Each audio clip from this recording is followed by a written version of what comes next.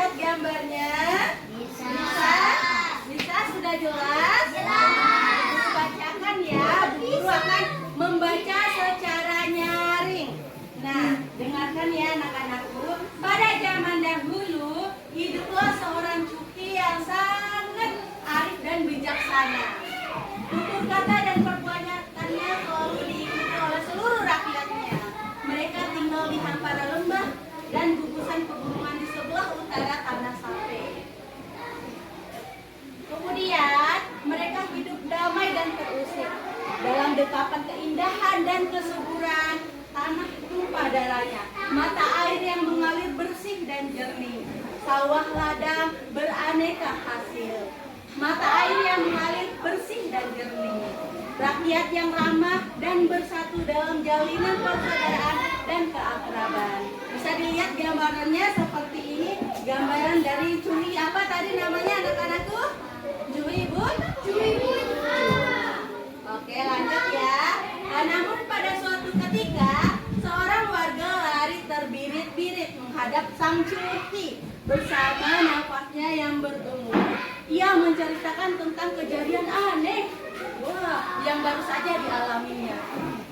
Saya melihat raksasa cuki, sepertinya ia sedang melangkah kemari.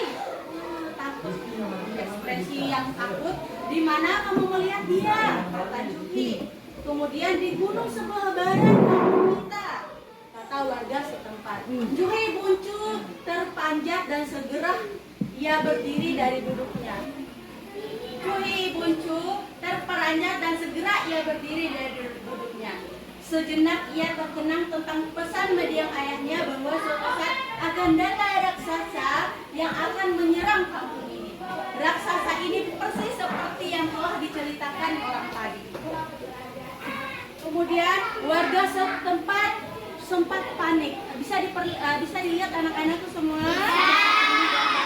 Kemudian warga setempat panik. Kemudian mereka berkata, apa yang harus kita perbuat? Warga itu bertanya kebingungan.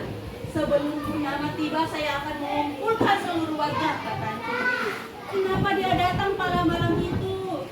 Dia minta persembahan. Persembahan apa?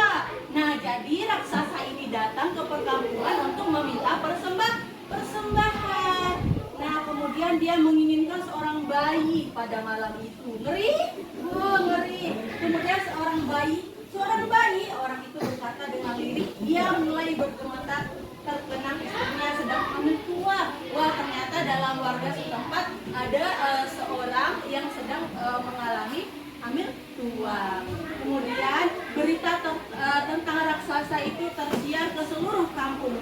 Dari puncak gunung sampai ke hulu sungai, orang-orang bercerita dan berbicara tentang kekuatan raksasa itu. Bulan purnama bersinar terang, tetapi tidak seperti biasanya orang-orang leluasa keluar gubuk. Biasanya orang keluar gubuk kalau lagi bulan purnama. Kemudian muda-mudi yang biasanya orang-orang leluasa berpantun dan bersyair, diiringi senandung malam penyejuk kalbu tidak terdengar lagi. Bunyi lesung mulai berlalu lalang, kemudian gelap pematungan, semakin lama semakin riuh. Orang-orang berlari berhamburan mencari tempat yang dianggapnya paling aman. Jadi warga setempat merasa bingung mau lari kemana. Nah, bisa dilihat seperti ini raksasanya. Sudah dilihat anak-anakku? Udah. Oke, lanjut ya. Suara yang meraung-raung dari gugusan pegunungan di sebelah barat mulai terdengar. Pijakan kakinya menggemetarkan bumi di selubung malam itu. Sawah dan tegalan dengan padi yang sudah menguning lelah berlantang. Gubuk dan danau menjadi peot. Pohon-pohon besar dicabutnya layaknya seperti rumput pada ilalang. Kemudian batu-batu besar diangkat dan dilemparnya ke arah gubuk maupun danau yang bercepat diraihnya. Raksasa itu mengamuk dengan terus mengamuk. Kemudian sementara itu di depan gubuk yang sudah hancur, Cuy Buncu berdiri tegak. Di sini ada Cuy Buncu sama raksasa. Sudah jelas anak-anakku gambarnya? Lanjut ya. Tangan kanannya memegang tombak, sedangkan tangan kirinya sambilan memegang keris. Siap menembus mulutnya komat kamit membaca segala mantra. Tiba-tiba sang matanya tertuju pada sebuah gubuk yang belum terinjak. Di dalamnya terdengar tangisan seorang bayi. Bulan pelan tapi pasti raksasa itu terus mengamati tangannya, mulai meraih daun alang-alang yang menjadi atap gubuk itu, hingga seluruh atap tercabut. Dan cahaya purnama menampilkan sosok seorang ibu yang sedang menggendong bayinya. Dalam keadaan panik dan ketakutan, sang ibu mencoba menghindar dan bersembunyi dari gubuk itu. Jadi dikejarnya orang yang sedang hamil. Nah, sehingga raksasanya marah. Guru lanjutnya, Cui Buncu mulai beraksi. Nah, ditusuknya raksasa itu dengan tombak. Keris pun demikian. Namun tusukan Cui Buncu tidak dihiraukan oleh raksasa. Bagaikan tusukan itu seperti gigitan semut. Saking kecilnya Cui Buncu itu, saking besarnya raksasa. Hingga pada puncaknya tusukan Cui Buncu sangat keras dan mendalam, mengakibatkan kaki raksasa itu berlumuran darah. Raksasa itu semakin mengamuk dan gila. Tangannya terus menjalar untuk merenggut bayi yang berada dalam pangkuan ibunya. Melihat dan mengamati keadaan itu, Cui Buncu secepat kilat meloncat dan berlari merebut bayi itu dari ibunya serta menyelamatkannya.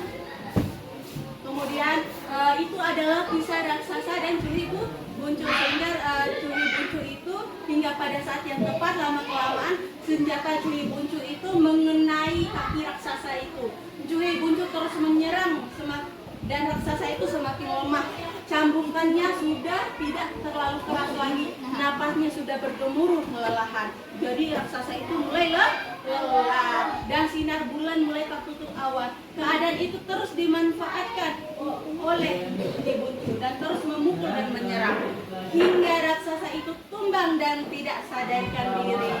Tetapi Cui Buncu belum merasa puas dan berhenti sampai di situ saja. Sambil mengamati gerak dan pesan raksasa, ia terus memukul saat raksasa itu benar-benar dalam keadaan tewas. Jadi Cui Buncu di sini menang. Nah, kemudian ini ada sudah selesai ceritanya Cui Buncu. Di sini Bu Guru mau tanyakan, kira-kira sifat dari Cui Buncu itu baik atau tidak? Baik. Kenapa baik?